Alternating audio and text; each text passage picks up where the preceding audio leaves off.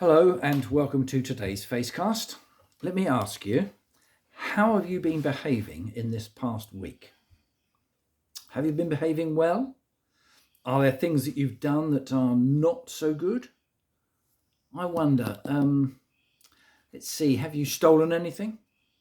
No? Well, that's good. Have you have you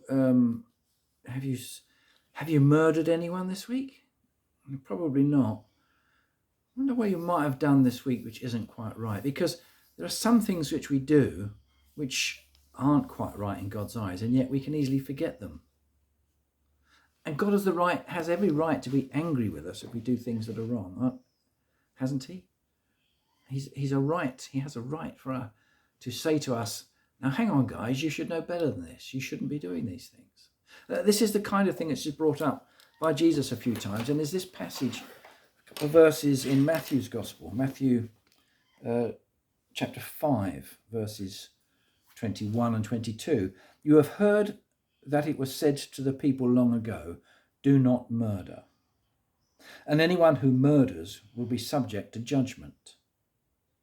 But I tell you that anyone who is angry with his brother will be subject to judgment. So there's two kinds of things that are wrong here. One is committing a murder. Well, we kind of know that's wrong, don't we? That's a biggie. We shouldn't really be going around murdering people. We've got that from the Ten Commandments, and it's in the law of our land because of that. We know that we shouldn't be going around murdering people. Anyone who murders will be subject to judgment. Well, we will be, won't we? We'll be arrested by the authorities, charged with a crime, and rightfully thrown into prison if we go around murdering people. But I tell you, it says here, that anyone who is angry with his brother will be subject to judgment. Well, that's a bit different, isn't it? Being angry with somebody. I mean, sometimes there's righteous anger. It's okay to be angry with somebody, isn't it? Sometimes, if they've done something wrong, we can express that. Should it be anger or should it be a word of wisdom?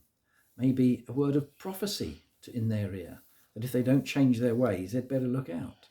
Might that be how we're supposed to respond to them rather than in anger? It's been said that Jesus was never angry with anyone. When someone said that to me, I said, what about the overturning of the tables in the temple where there were the robbers and people were selling things in the temple? Wasn't he angry then?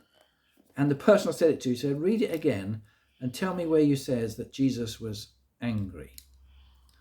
And when I read it again, I saw he could quite easily have been turning over those tables with a smile on his face, saying to himself, this'll show him.